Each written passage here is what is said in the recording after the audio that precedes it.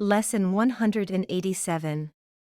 I bless the world because I bless myself. Hi there. Are you ready to delve into the concept of growing your blessings by sharing them with others? Let's return once again to the intriguing idea that what we give to others we give to ourselves.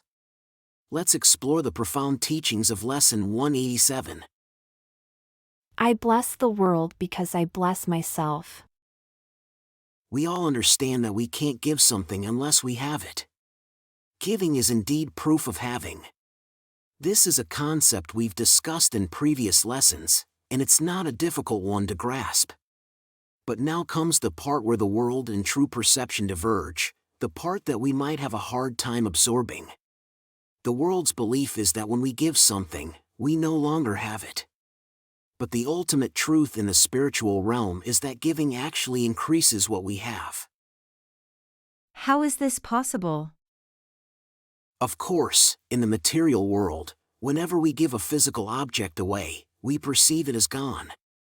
Yet, we've learned that objects are merely representations of the thoughts that create them. When we share our thoughts, we not only retain them but also make them stronger within our own minds. Perhaps the form in which the thought seems to appear is changed in giving. Yet it must return to him who gives. Nor can the form it takes be less acceptable. It must be more. In other words, the object that we give away is a representation of a thought, but thoughts, when shared, are not lost to the mind that shared them. Those thoughts become stronger once shared. Similarly, the objects we give away are specific forms of those thoughts that we share.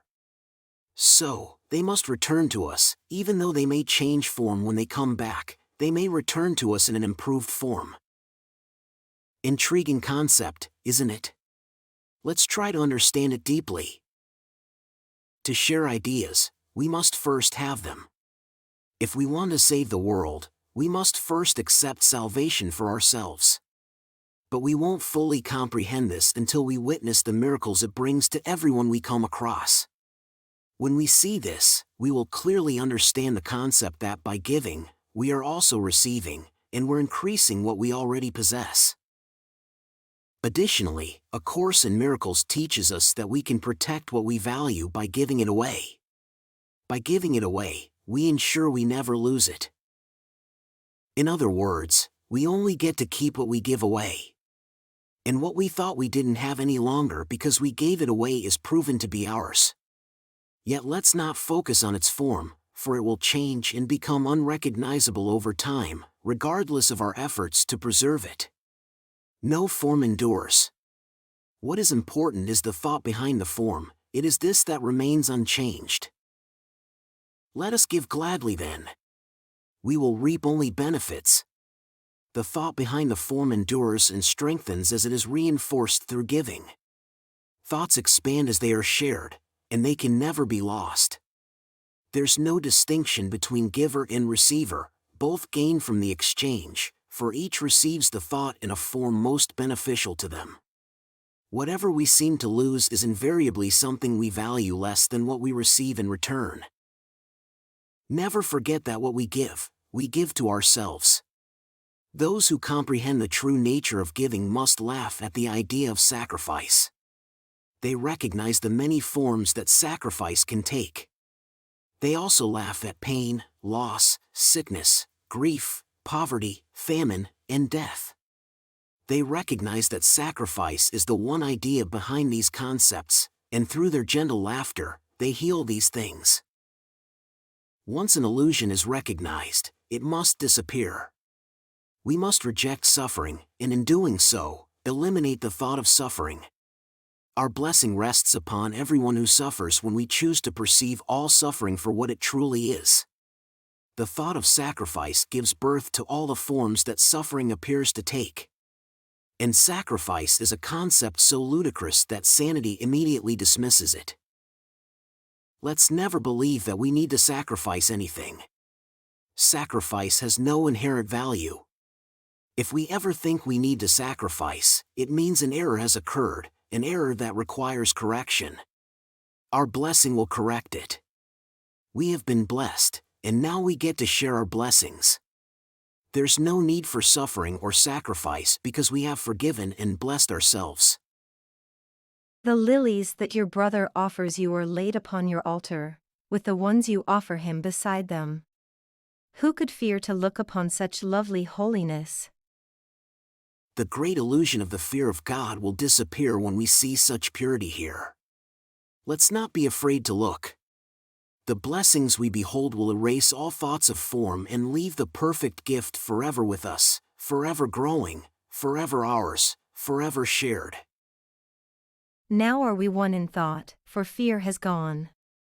And here, before the altar to one God, one Father, one Creator and one thought, we stand together as one Son of God. Not separate from Him who is our source. Not separate from God and from one another, for we are all part of our one self, whose innocence has united us all as one. We stand in blessedness, and as we give, we receive. The name of God is on our lips. And when we look within ourselves, we see heaven's purity shining in our reflection of our Father's love. Now are we blessed, and now we bless the world. What we have beheld, we want to extend, for we wish to see it everywhere. We yearn to see it shining with the grace of God in everyone. We don't want it to be hidden from anything we behold. To ensure this holy sight is ours, we offer it to everything we see. When we do this, it will return to us in the form of lilies we can place upon our altar, making our altar home to innocence itself, which resides in us and gives us His holiness as ours. I bless the world because I bless myself. I bless the world because I bless myself. I bless the world because I bless myself. Isn't it amazing? How can our lives change as we continue to receive these blessings as we share them? What do you think of this concept, that by sharing what we have, we increase it and make it stronger? That by giving, in truth, we are receiving? We don't have to take this to extremes, especially while we are still entangled in the beliefs of this material reality. But how about beginning to share our spiritual immaterial riches? How about sharing love, peace, wisdom, compassion? How about sharing forgiveness? The spiritual concept we're exploring can be described this way: when we withhold from others, we are withholding from ourselves as well. In other words, we don't get to love ourselves if we don't love others. And what we give to others, we give to ourselves. But there's no need to fear that other people will overstep our boundaries or that we will have to make sacrifices or do things we don't want to do. Do you think love would want you to suffer for the sake of others? Do you think love is not capable of saying no when it is needed? Only what we give to others, we receive. I bless the world because I bless myself. I bless the world because I bless myself. I bless the world because I bless myself. You're doing great. And I'll see you tomorrow for another illuminating lesson. Quick note before you go. Making these videos is a labor of love, but it's still financially challenging. If you've found value in what you've watched, please consider supporting with a donation. Even the humblest contribution means the world and ensures the continuation of these daily lessons. Thank you for your generosity.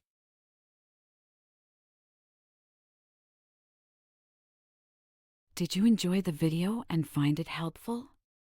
Please give it a like and leave a comment. And don't forget to subscribe and hit the notification bell. We have a new lesson every day.